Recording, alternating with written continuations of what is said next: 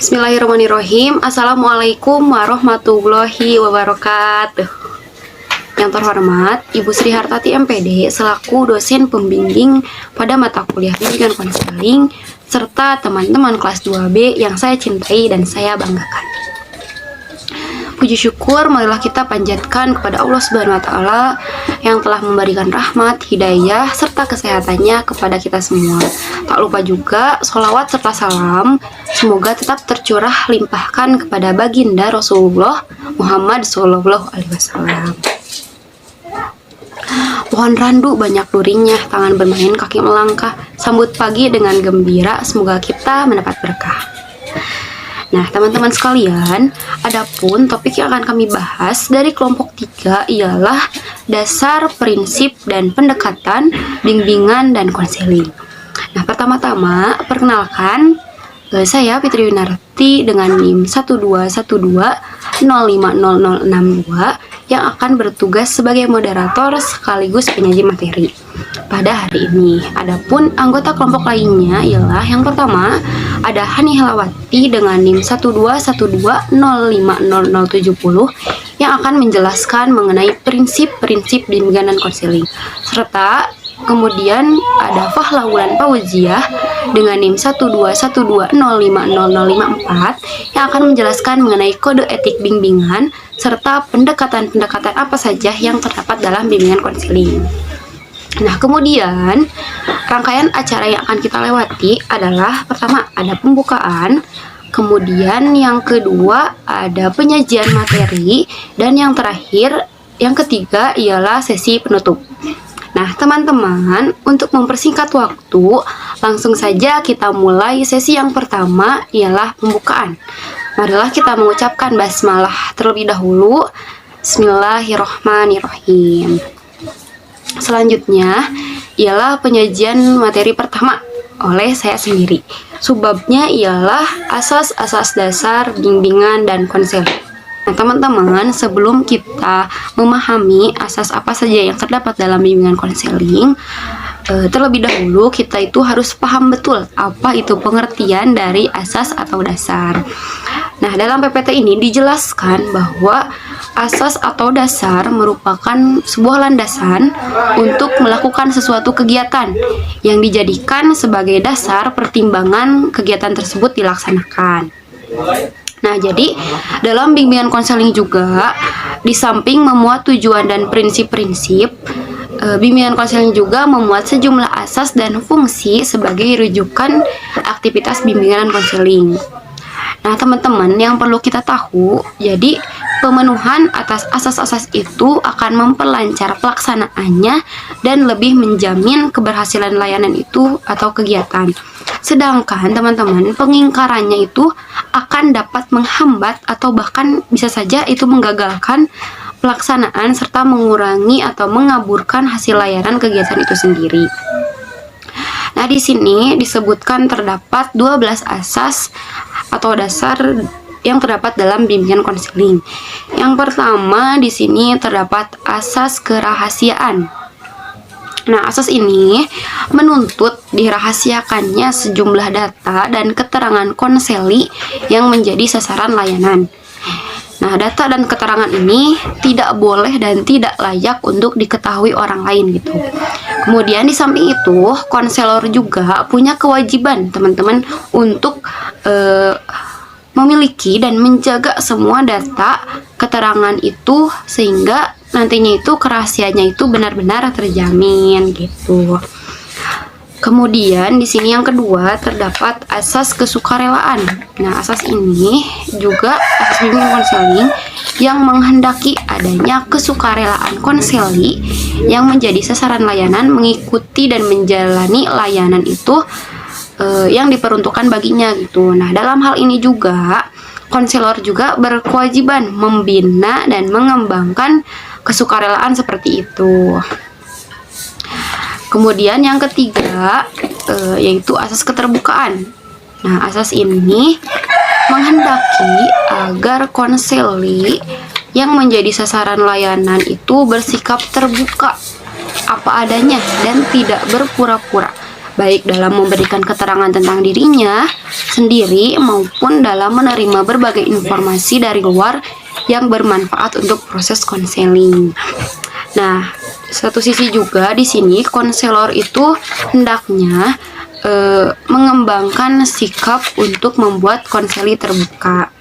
Kemudian asas ini juga sangat berhubungan erat sekali dengan terbinanya asas kerahasiaan dan adanya asas kesukarelaan pada diri konseli sebagai sasaran layanan bimbingan dan konseli gitu teman-teman.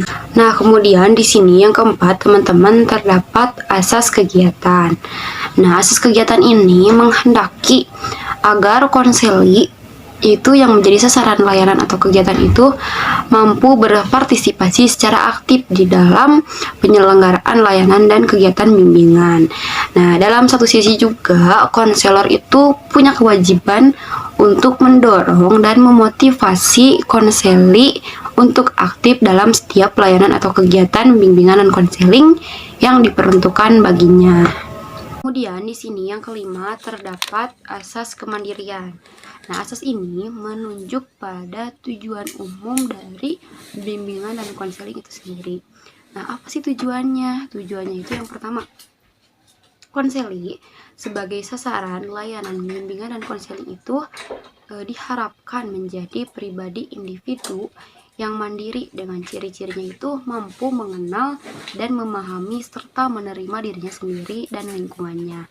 Kemudian yang kedua, mampu mengambil keputusan. Yang ketiga, mengarahkan serta mewujudkan dirinya sendiri sebagaimana yang telah diutarakan terdahulu. Nah, satu sisi di sini sebagai konselor itu berkewajiban untuk mampu mengarahkan segenap pelayanan dan bimbingan konselingnya sendiri yang diselenggarakan bagi perkembangan kemandirian konseli. Kemudian yang keenam di sini terdapat asas kekinian. Nah, asas ini menghendaki agar objek sasaran layanan bimbingan dan konseling itu merupakan permasalahan konseli yang ada di kondisinya sekarang. Maksudnya itu gimana? Maksudnya itu gini nih teman-teman. Jadi layanan yang berkenaan dengan masa depan atau kondisinya masa lampau pun itu tuh dilihat dampak atau kaitannya dengan kondisi yang ada dan apa yang dapat diperbuat sekarang. Jadi mau itu masa lalu, mau itu masa sekarang ataupun masa depan, itu tuh terdapat kaitannya gitu, saling berhubungan. Kemudian di sini yang ketujuh terdapat asas kedinasan. Asas kedinamisan.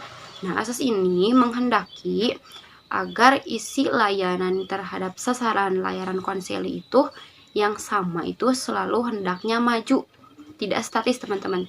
Jadi selalu berkembang dan berkelanjutan sesuai dengan kebutuhan dari waktu ke waktu sampai terjadinya perubahan sikap dan perilaku konseli ke arah yang lebih baik gitu teman-teman. Jadi di asas kedinamisan ini konseli dan konselor itu diharapkan mampu untuk bergerak gitu, tidak hanya diam saja di tempat gitu teman-teman. Kemudian di sini yang kedelapan terdapat asas keterpaduan. Nah, asas ini menghendaki agar layanan dan bimbingan konseling yang dilaksanakan konselor atau pihak-pihak lainnya itu hendaknya ada kerjasama, saling menunjang dan harmonis. Nah, jadi suasana kooperatif ini diharapkan dapat lebih menumbuhkan kondisi yang kondusif dalam membantu penanggulangan masalah konseli. Nah, jadi koordinasi segenap pelayanan atau kegiatan bimbingan konseling itu harus dilaksanakan dengan sebaik-baiknya teman-teman gitu. Kemudian di sini yang kesembilan ada asas kenormatifan. Nah, asas ini menghendaki agar segenap pelayanan bimbingan dan konseling itu didasarkan pada dan tidak boleh bertentangan dengan nilai-nilai ataupun norma yang ada. Bisa itu norma agama, norma hukum, atau peraturan, adat istiadat, ilmu pengetahuan, atau kebiasaan yang berlaku. Nah, tapi asas kenormatifan ini juga bisa berarti bahwa konselor itu sebagai pembimbing tidak boleh sama sekali memaksakan konseli agar menerima dan memakai norma yang dianutnya gitu teman-teman. Nah, asas ini diterapkan terhadap isi maupun proses penyelenggaraan bimbingan dan konseling gitu. Kemudian yang ke-10 terdapat asas keahlian. Nah, asas ini menghendaki agar layanan bimbingan dan konseling diselenggarakan dengan menggunakan kaidah-kaidah profesional gitu. Nah, dengan kata lain, agar proses bimbingan dan konselingnya itu dapat mencapai hasil yang diharapkan. Nah, maka di sini tugasnya konselor itu harus memiliki pendidikan dan keterampilan yang memadai serta sikap dan kepribadian yang sesuai dengan ketentuan profesinya gitu, teman-teman. Kemudian yang ke-11 di sini terdapat asas alih tangan. Nah, asas ini menghendaki agar pihak-pihak yang tidak mampu menyelenggarakan layanan bimbingan dan konseling secara tepat dan tuntas atas suatu permasalahan konseli itu bisa mengalihkan permasalahan itu kepada pihak yang lebih ahli gitu. Jadi misalnya ada satu konselor nih, dia itu tidak mampu memahami permasalahan apa yang ada di konselinya. Nah, konselor ini berkewajiban untuk memindahkan konseli ini kepada konselor lain yang mampu gitu untuk menyelesaikan masalah itu, teman-teman. Jadi konselor di sini itu harus menyadari keberadaan dan keterbatasannya. Nah, kemudian konselor juga harus menghindarkan diri dari paham kompletisme, yaitu suatu perasaan yang memandang dirinya saya adalah seorang konselor bersertifikat dan terdidik sekali jadi dan untuk selamanya. Nah, itu tuh sangat dilarang, teman-teman. Kemudian berbagai permasalahan yang dihadapi konsel itu kan jenis dan bentuknya itu sangat unik ya, teman-teman. Jadi sangat berbeda. Nah, baik ke dalamnya, keleluasannya maupun kedinamisannya gitu. Jadi kalau memang nggak mampu ya udah serahkan ke yang lebih ahli gitu. Jangan sotoy gitu, teman-teman. Teman-teman, yang terakhir yang ke-12 di sini terdapat asas tuturi handayani. Kita flashback dulu gitu ya. Apa itu asas tuturi handayani? Pasti kita udah gak asing gitu apa itu tuturi handayani, karena emang dari SD itu sangat erat kaitannya gitu, sangat sering mendengar lah gitu. Nah, jadi di sini dijelaskan menurut Ki Hajar Dewantara, asas tuturi handayani itu memiliki arti dari belakang seorang guru itu harus bisa memberikan dorongan dan arahan gitu. Lalu di sini apa kaitannya dengan asas bimbingan dan konseling? Nah, di sini dijelaskan asas tuturi handayani dalam bimbingan dan konseling itu yaitu menghendaki agar layanan bimbingan dan konseling itu secara keseluruhan dapat menciptakan suasana yang kondusif. Artinya yaitu yang penuh dengan keteladanan, rasa aman, dan nuansa yang membangkitkan motivasi agar seorang konsel itu berhasil mencapai tujuan yang telah ditetapkannya gitu, teman-teman. Nah, jadi selain asas-asas yang telah saya paparkan, 12 asas tadi, asas-asas tersebut itu saling berkaitan satu sama lain. Jadi segenap asas itu perlu diselenggarakan secara terpadu dan tepat waktu. Nah, jadi begitu pentingnya asas-asas tersebut sehingga bisa kita katakan bahwa asas-asas itu merupakan jiwa dan nafas dari seluruh kehidupan pelayanan bimbingan dan konseling gitu. Nah, apabila asas-asas itu tidak dapat dijalankan dengan baik, tadi balik lagi ke awal ya, maka layanan bimbingan dan konseling tersendiri akan tersendat-sendat atau bahkan berhenti sama sekali. Mungkin cukup itu pemaparan dari saya mengenai asas-asas dasar bimbingan konseling. Kurang lebihnya mohon maaf. Saya serahkan kepada pemateri berikutnya, yaitu Hani Halawati. Kepadanya saya persilahkan. Assalamualaikum warahmatullahi wabarakatuh. Perkenalkan, nama saya Hani Halawati dengan NIM 12120500070. Di sini saya akan menyampaikan materi mengenai prinsip-prinsip bimbingan dan konseling. Apa sih prinsip itu? Dalam Kamus Besar Bahasa Indonesia, prinsip adalah asas, kebenaran yang menjadi pokok dasar berpikir, bertindak, dan sebagainya. Prinsip juga diartikan sebagai dasar. Prinsip-prinsip bimbingan adalah hal-hal yang dapat dijadikan pedoman dalam pelaksanaan layanan bimbingan menurut Nasution dan Abdillah. Selanjutnya, Yusuf dan Nur Ihsan mengemukakan beberapa prinsip dasar yang dipandang sebagai fondasi atau landasan bagi layanan bimbingan. Prinsip-prinsip itu adalah sebagai berikut. Pertama, bimbingan diperuntukkan bagi semua individu. Guidance is for all individuals. Prinsip ini berarti bahwa bimbingan diberikan kepada semua individu atau peserta didik, baik yang bermasalah maupun yang tidak bermasalah, baik pria maupun wanita, anak-anak, remaja maupun dewasa.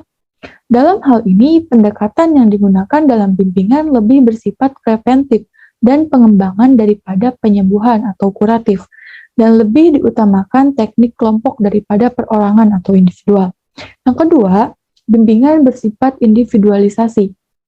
Artinya, setiap individu bersifat unik, berbeda satu sama lainnya, dan melalui bimbingan individu dibantu untuk memaksimalkan perkembangan keunikannya tersebut.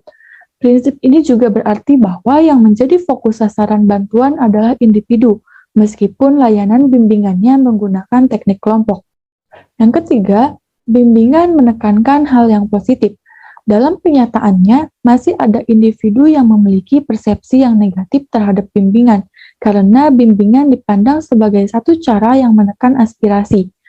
Sangat berbeda dengan pandangan tersebut, bimbingan sebenarnya merupakan proses bantuan yang menekankan kekuatan dan kesuksesan, karena bimbingan dan konseling merupakan cara untuk membangun pandangan yang positif terhadap diri sendiri, memberikan dorongan dan peluang untuk berkembang. Yang keempat, bimbingan merupakan usaha bersama.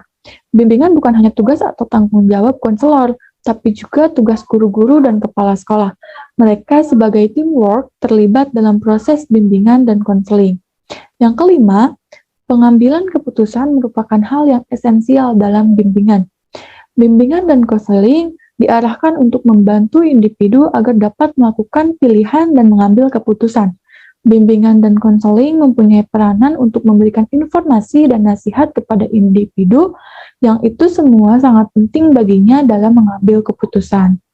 Yang keenam, bimbingan berlangsung dalam berbagai setting atau adegan kehidupan.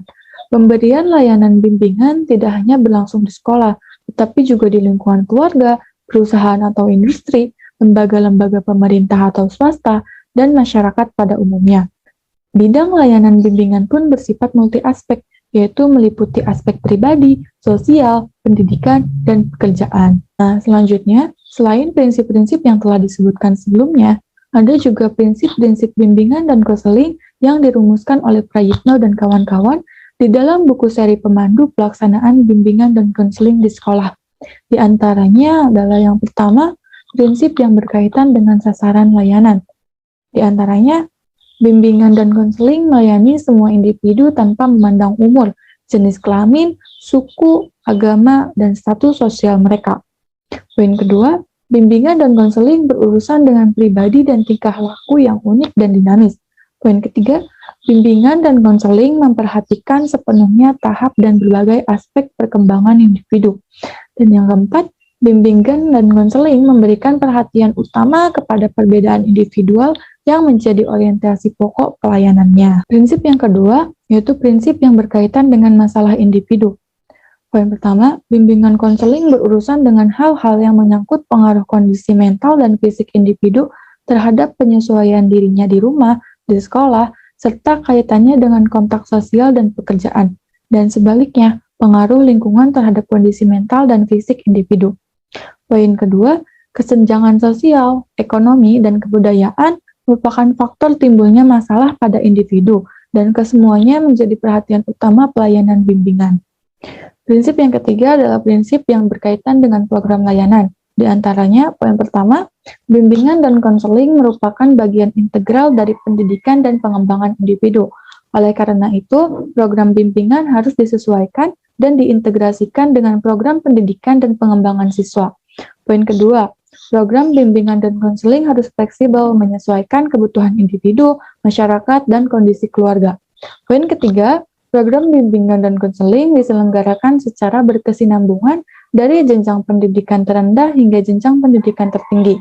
Dan poin terakhir, perlu diadakan evaluasi yang teratur dan tepat sasaran terhadap isi dan pelaksanaan bimbingan dan konseling.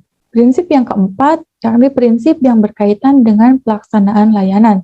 Di antaranya, poin pertama, bimbingan dan konseling harus diarahkan pada pengembangan individu yang pada akhirnya dapat mengorientasikan diri dalam menghadapi masalah.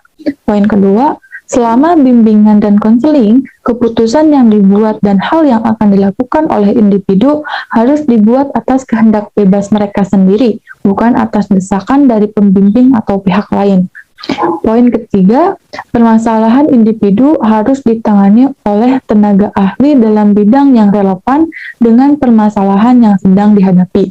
Poin keempat, kerjasama antara pembimbing, guru, dan orang tua sangat menentukan hasil pelayanan bimbingan. Dan yang terakhir, pengembangan program pelayanan bimbingan dan konseling ditempuh melalui pemanfaatan yang maksimal dari hasil pengukuran dan penilaian terhadap individu yang terlibat dalam proses pelayanan dan program bimbingan dan konseling itu sendiri. Halo teman-teman semuanya, perkenalkan nama saya Fahlaulan Fauzia N dengan NIM 12120500054. Saat ini saya akan mempresentasikan materi yang berikutnya. Baik teman-teman, sekarang kita akan melanjutkan kepada materi yang berikutnya, yakni terkait dengan kode etik bimbingan dan konseling. Nah, apa sih kode etik bimbingan dan konseling? Yakni, dia itu adalah sebuah ketentuan-ketentuan yang perlu untuk ditaati dan atau harus ditaati oleh setiap individu yang berkecimpung di dalam dunia bimbingan dan konseling. Supaya apa? Supaya setiap fungsi dan juga tujuan daripada profesi bimbingan dan konseling ini dapat dicapai dengan tepat atau dengan baik. Di sini dinyatakan pula bahwa kode etik bimbingan dan konseling di Indonesia itu adalah sebuah acuan atau landasan moral dan pedoman tingkah laku profesional yang harus dijunjung tinggi, diamalkan, dan diamankan oleh setiap profesional bimbingan dan konseling di Indonesia. Teman-teman harus ingat nih, di sini ada kata bahwa dia itu perlu untuk dijunjung tinggi, perlu di sini diganti dengan kata harus. Berarti artinya wajib untuk dijalankan. Ketika tidak dijalankan, maka mungkin atau kemungkinan besar akan merusak keprofesionalan daripada penjalanan tugas daripada seorang pembimbing atau seorang konselor tersebut. Kemudian di sini ada dasar kode etik di Indonesia. Kode etik yang dimaksud di sini tentunya kode etik bimbingan dan konseling. Yang pertama ada Pancasila, yang kedua ada tuntutan profesi. Yang pertama terkait dengan Pancasila. Kenapa sih Pancasila? Karena pada dasarnya dalam proses bimbingan dan konseling tersebut terjadi pelayanan antara sesama manusia atau antar individu yang dimana diwujudkan atau dicapai supaya dapat menjadikan warga negara Indonesia ini sebagai warga negara yang bertanggung jawab. Kemudian yang kedua, ada tuntutan profesi, di mana diketahui pula bahwa dalam proses bimbingan konseling tentunya banyak interaksi yang terjadi antara sama individu atau sama antara konselor dengan konseli, di mana nantinya para klien ini akan banyak mencurahkan seluruh atau banyak hal-hal yang bersifat privasinya terhadap pihak daripada konselor yang mengacu kepada kebutuhan dan juga kebahagiaan para klien sesuai dengan peraturan atau norma yang berlaku. Nah, di sini ada kode etik bimbingan dan konseling. Menurut Bimo, pada bukunya pada tahun 2010, dia menyatakan bahwa ada beberapa kode etik bimbingan dan konseling. Antara lain, yang pertama adalah pembimbing atau pejabat lain yang memegang jabatan dalam bidang bimbingan dan konseling itu harus memegang teguh prinsip bimbingan dan konseling. Kemudian yang kedua, pembimbing harus berusaha semaksimal mungkin untuk dapat mencapai hasil yang sebaik-baiknya dengan membatasi diri pada keahliannya atau wewenangnya. Jadi, hal yang perlu diselesaikan oleh seorang pembimbing itu adalah hal yang memang sesuai dengan kapasitas dirinya sendiri. Jadi, dia harus punya batas atau tembok terhadap hal yang memang hanya menjadi kewajiban daripada dia tanpa mencampuri atau tanpa mencampurkan dengan hal yang lainnya, sehingga menyebabkan ketidakprofesionalan dalam proses pembimbingan dan juga konseling. Kemudian yang ketiga adalah karena pekerjaan pembimbing itu berhubungan langsung dengan kehidupan pribadi seseorang, maka seorang pembimbing itu harus memperhatikan beberapa hal.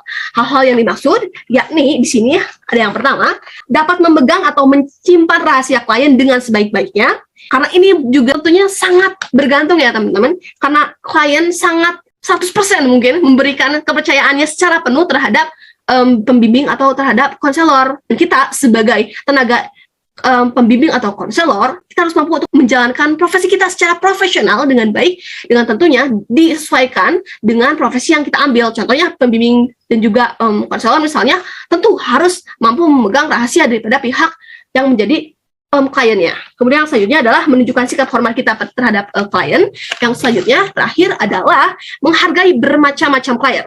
Jadi dalam artian, ketika kita menghadapi seorang klien, kita tidak boleh membedakan bagaimanapun derajatnya, bagaimanapun keadaannya daripada klien tersebut. Yang keempat, di sini ada pembimbing itu tidak diperkenankan melakukan beberapa hal. Hal-hal yang dimaksud antara lain yang pertama adalah menggunakan tenaga pembantu yang tidak ahli dan tidak terlatih. Itu sangat fatal ya teman-teman ketika dilakukan. Kemudian yang kedua adalah menggunakan alat-alat yang kurang dapat dipertanggungjawabkan. Yang ketiga adalah mengambil tindakan-tindakan yang mungkin dapat menimbulkan hal-hal yang tidak baik bagi klien, yang mungkin saja itu tidak diperbolehkan, tentunya yang pastinya membuat atau merusak kepercayaan daripada klien atau sehingga memutus daripada proses konseling ini menjadi hal yang buruk, sangat-sangat tidak diperbolehkan. Yang terakhir adalah mengalihkan klien kepada konselor lain tanpa persetujuan klien. Klien di sini adalah raja, tentunya kita harus mampu untuk melayaninya dengan baik, dan setiap hal atau tindak tanduk yang kita lakukan berkaitan dengan klien tersebut harus melalui persetujuan klien tersebut. Ini ketika kita memposisikan sebagai konselor ataupun pembimbing ya teman-teman. Yang selanjutnya yang kelima, di sini ada meminta bantuan kepada ahli dalam bidang lain di luar kemampuan dan keahliannya atau di luar keahlian stafnya yang diperlukan dalam bimbingan dan konseling. Ketika kita membutuhkan tenaga yang lainnya berkaitan dengan proses konseling, tentu kita perlu untuk mengambil tenaga ahli yang lebih mumpuni, yang lebih mampu dibandingkan diri kita. Karena sudah kita ketahui bahwa dalam poin kedua, kita harus mampu untuk membatasi diri sesuai dengan klien kita. Ketika kita memang tidak ahli dalam hal-hal yang berkaitan dalam proses ketika kita bimbingan dan konseling, tentu kita dapat melakukan bantuan daripada pihak lain sesuai dengan poin yang kelima. Yang selanjutnya yang terakhir adalah pembimbing itu harus selalu menyadari tanggung jawabnya yang berat, yang memerlukan pengabdian sepenuhnya. Ketika kita sadar, misalkan kita sebagai seorang konselor atau pembimbing, tanggung jawab kita berat, kita harus mampu mengerahkan seluruh tanggung jawab kita secara full 100%. Kita next. Nah, mungkin di sini beberapa dari teman-teman juga penasaran nih, ketika kita menjadi seorang pembimbing ataupun konselor, sikap seperti apa yang perlu kita tunjukkan terhadap konseli? Yakni teman-teman, yang pertama adalah kita perlu menciptakan suasana yang kondusif antara diri kita sebagai pembimbing atau konselor dengan konseli. Kemudian selanjutnya, yang kedua, kita itu perlu memandang pihak konseli ataupun klien dengan objektif. Kemudian yang selanjutnya, yang ketiga adalah kita perlu untuk meneliti atau mengeksplorasi faktor-faktor dari sikap psikologis klien, baik dari masa lalunya maupun masa kini, di mana hal tersebut ini berhubungan dengan hal atau apapun yang sedang konseli hadapi atau konseli diskusikan dengan kita sebagai seorang konselor. Yang selanjutnya, kita menentukan kerangka rujukan yang memang mudah dipahami oleh pihak dari klien tersebut atau pihak konseli. Teman-teman, yang selanjutnya adalah karena mungkin banyak atau kebanyakan pihak konseli atau klien di sini adalah orang-orang yang mungkin membutuhkan bantuan kita dalam mungkin perbaikan keyakinannya ataupun bagaimana beliau memandang diri dia atau memandang dia sebagai seorang yang salah. Kita harus mampu menjadi contoh yang baik untuk klien tersebut.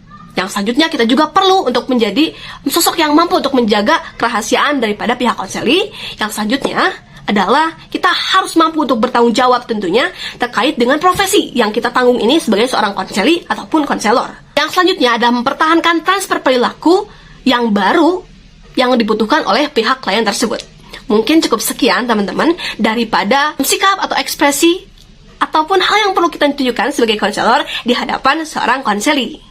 Kita lanjut ke slide yang berikutnya. Selanjutnya adalah tujuan kode etik. Nah, tujuan disusunnya kode etik konseling di Indonesia berdasarkan SK nomor 009-SK-PBABKIN-8 tahun 2018, yakni yang pertama adalah memberikan panduan sikap atau perilaku yang berkarakter dan profesional bagi anggota dalam memberikan layanan. Kedua, membantu dalam memberikan pelayanan yang profesional. Yang ketiga adalah mendukung visi dan misi organisasi profesi. Yang keempat adalah menjadi landasan dalam menyelesaikan masalah yang datang dari anggota profesi. Yang kelima adalah melindungi konselor dari konseli. Oke teman-teman semua, sekarang kita lanjut pembahasannya ke materi yang berikutnya, yakni terkait dengan pendekatan-pendekatan dalam bimbingan. Menurut Myrick dalam Muhong 1995, ada 4 pendekatan yang dapat dirumuskan sebagai suatu pendekatan dalam bimbingan, yakni yang pertama ada pendekatan krisis, yang kedua remedial, yang ketiga preventif, dan yang terakhir adalah perkembangan. Yuk kita kupas satu-satu teman-teman. Nah, yang pertama ada pendekatan krisis atau pendekatan kuratif. Pendekatan krisis atau pendekatan kuratif ini adalah pemberian layanan bimbingan dan konseling didasarkan pada adanya krisis yang dialami oleh konseli.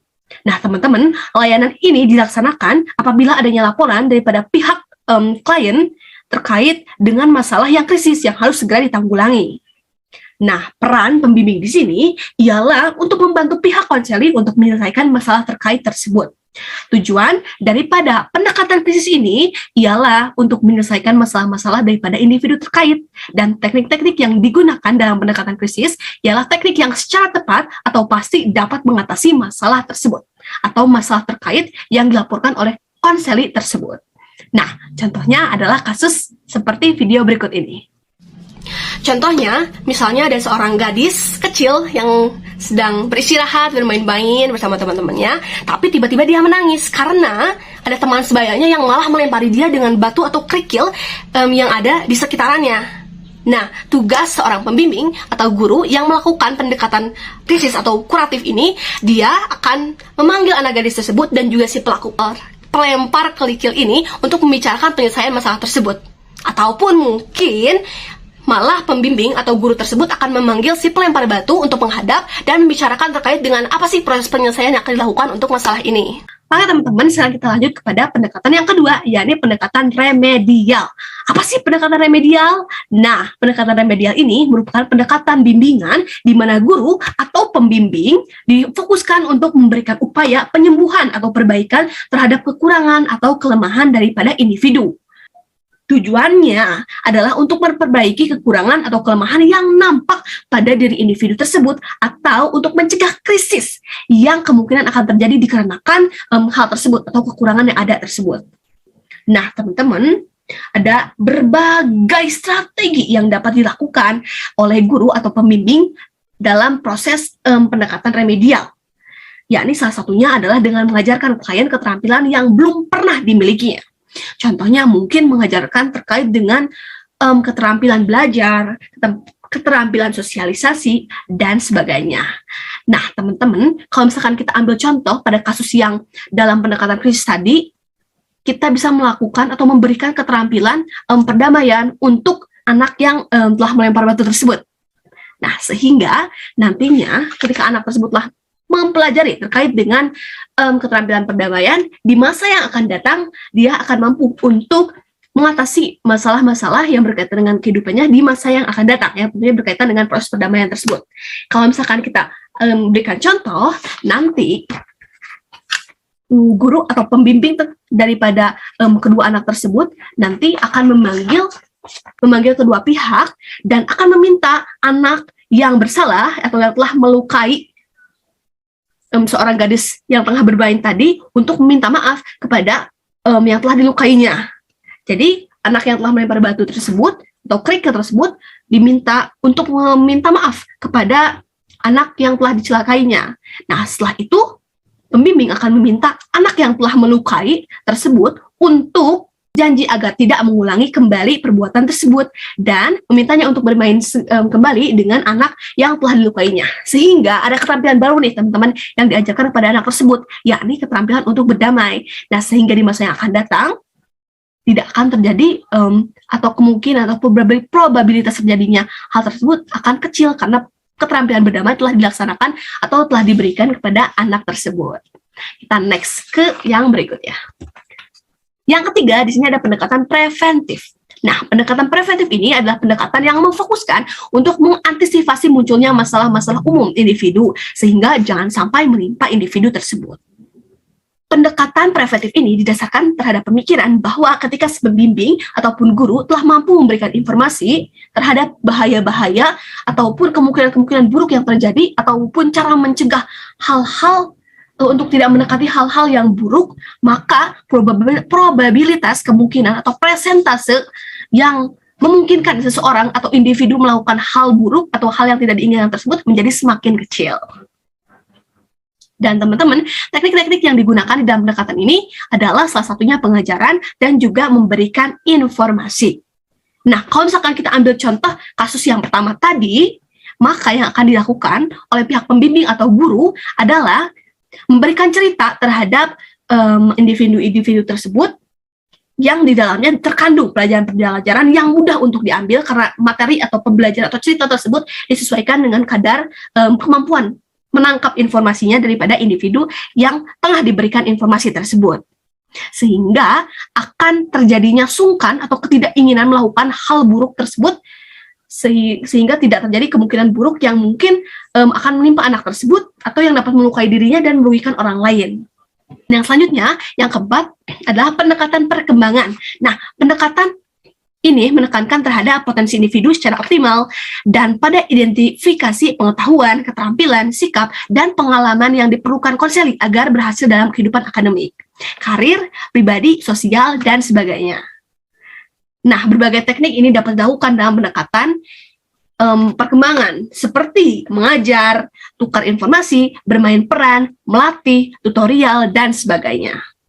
Nah, bimbingan perkembangan dapat dilaksanakan secara individu, berkelompok, bahkan klasikal, teman-teman, melalui layanan pemberian informasi, dalam diskusi, proses kelompok, penyaluran minat bakat, dan juga hal lainnya. Nah, contohnya, teman-teman, mengidentifikasi anak didik dari berbagai segi, dengan diciptakannya atau terciptanya lingkungan yang kondusif sehingga anak didik dapat mengembangkan potensinya secara optimal. Nah, di sini bisa diketahui bahwa guru atau pembimbing yang menggunakan pendekatan ini beranjak daripada pemahaman tentang keterampilan dan pengalaman khusus yang dibutuhkan oleh anak didik untuk mencapai keberhasilan dalam proses pembelajarannya dalam kehidupan ini. Nah, pendekatan perkembangan ini dipandang sebagai pendekatan yang sangat tepat untuk digunakan dalam tatanan pendidikan sekolah karena pendekatan ini memberikan perhatian kepada tahap-tahap perkembangan anak, kebutuhan dan minat, serta membantu anak mempelajari keterampilan hidup. Mungkin teman-teman cukup sekian penyampaian materi daripada saya. Saya kembalikan kepada Ibu Moderator. Terima kasih kepada Hani Helawati dan Fahla Wulan Paujiah yang telah menyampaikan materinya dengan sangat-sangat luar biasa. Nah, kemudian dari semua yang telah kita paparkan tadi, dapat diambil kesimpulan bahwa asas atau dasar merupakan landasan untuk melakukan sesuatu kegiatan yang dijadikan sebagai dasar pertimbangan kegiatan tersebut dilaksanakan. Pemenuhan atas asas-asas itu akan memperlancar pelaksanaannya, sedangkan pengingkarannya akan dapat menghambat atau bahkan menggagalkan pelaksanaan layanan kegiatan itu sendiri. Asas-asas tersebut begitu penting sehingga dapat dikatakan bahwa asas itu merupakan jiwa dan nafas dari seluruh pelayanan kehidupan bimbingan dan konseling. Yusuf dan Nur Ihsan mengemukakan beberapa prinsip dasar yang dipandang sebagai pondasi atau landasan bagi layanan bimbingan dan konseling.